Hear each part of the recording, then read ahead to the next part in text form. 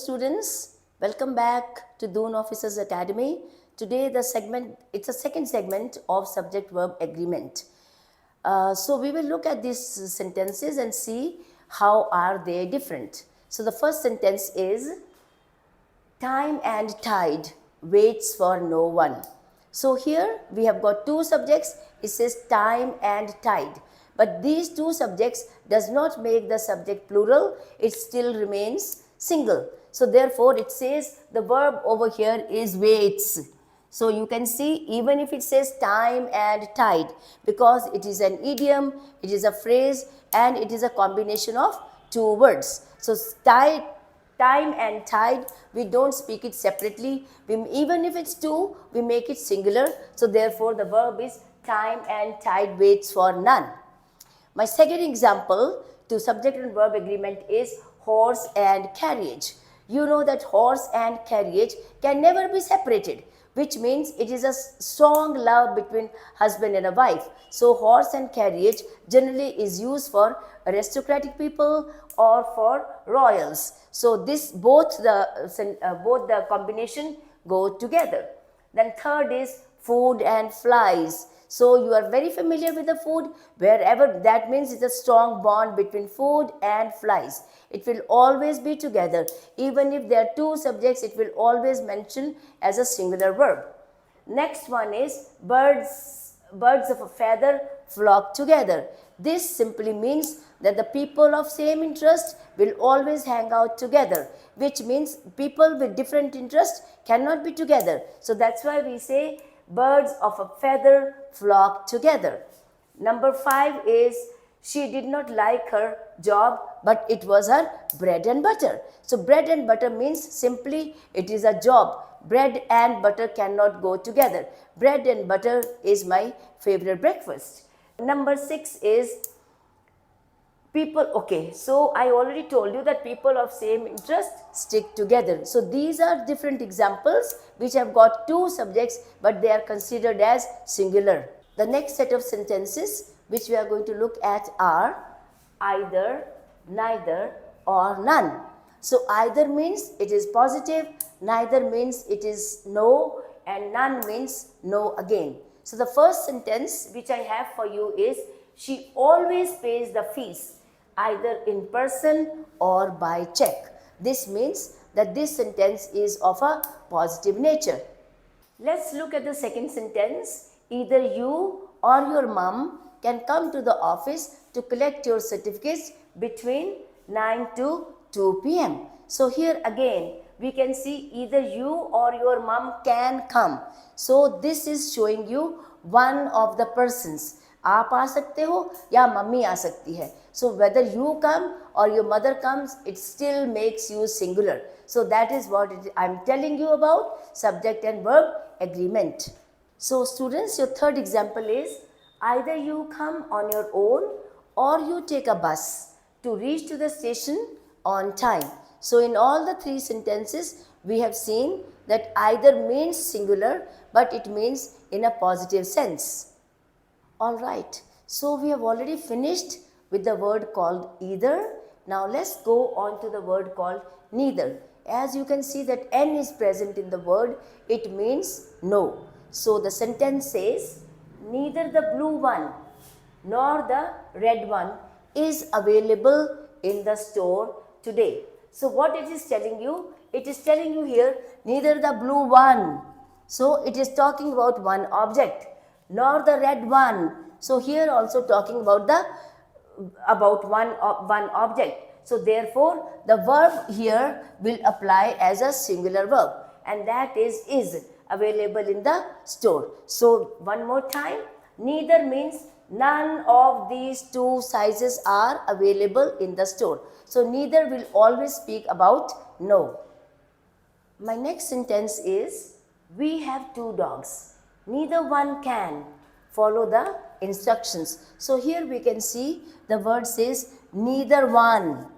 That means neither that one nor this one, which means it makes it singular. From both the dogs, none of these dogs can follow the instructions. So here you can see the word instruction cannot be used, but it will be instructions, because nobody will give instruction, everybody will give instructions. So object is very much plural in its nature, because we are talking about follow the instructions. I hope it is clear to you now. All right, look at this sentence. It says neither Ben nor John. So here are two different people. One is called John and the other one is called Ben. So it says neither Ben nor John talk to one another, which means the verb is plural, because we have got two identities. One is called Ben and the second one is called John. So this makes Ben and John together. It makes the subject plural, because there are two people with two different names. One is Ben and one is John. That is why, according to the plural, my verb is talk to one another. Now this set of examples are very different to the ones which we have seen before. So number one is, none of my friends describe things vividly as Ram does. So Ram takes up the pronoun of he. So it says he does. So here again it is telling you the relation between singular. So none of my friends. None means koi bhi mera dost. Not a single friend of mine describe the things vividly as Ram does. So Ram means as he does. Our second sentence is, it is none of my business. So it is, the sentence begins with it, because we are using the it for business. So we are saying business means singular. It is none of my business to interfere with your affairs. Number three is none of us. None of us means it is singular. None of us has the time to do that, but I might take up the job in future. So let me explain it one more time. So none of us means we are 3-4 of us over here together, which makes us plural. पर वहाँ पर बताया गया है हम में से कोई भी नहीं, neither nor this one nor that one. So none of us has. None means singular, so the verb will be singular. None of us has the time to do that, but I might take up the job in future. So that brings us to the end of subject and verb agreement. Alright students, now let's look at the different set of questions, and these are with plural subject and the plural verb. So the first sentence which I have now is that a number of students were caught copying. So let me tell you separately about the subject, verb and how it agrees to the subject. So the first thing that we have to notice over here is it says a number of students. Students जो है उसको plural बनाता है, because उसने बोला number of students means many students were caught copying. So it is not one student, it is the students who were caught copying. So the second sentence says many of the students. So the first word starting in the subject, it says many and then it says students. So here many and students make the subject plural. So it says many of the students, and the verb will come plural, have failed in the examination. So we have got the verb have over there, and with past participle we bring failed. So many of the students, showing you that it is a plural subject, and have is telling you that it is present perfect, and here it is telling you past participle, and it's telling you many of the students have failed in the examination. So now we will go to the next sentence, and the next sentence says that most of the students. Now here it is telling you most, and then means not many but most of the students. It is plural. So the whole subject becomes plural, and it says waste their time. So we are not, a verb is plural. So instead of saying waste, we say waste, and then we have the plural which over there says their time. So the subject is plural and the verb is also plural with that.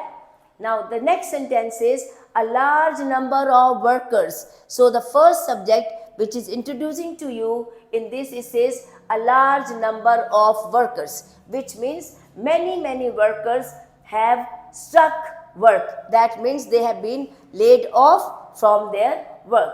So a large number of workers, the verb is your have struck.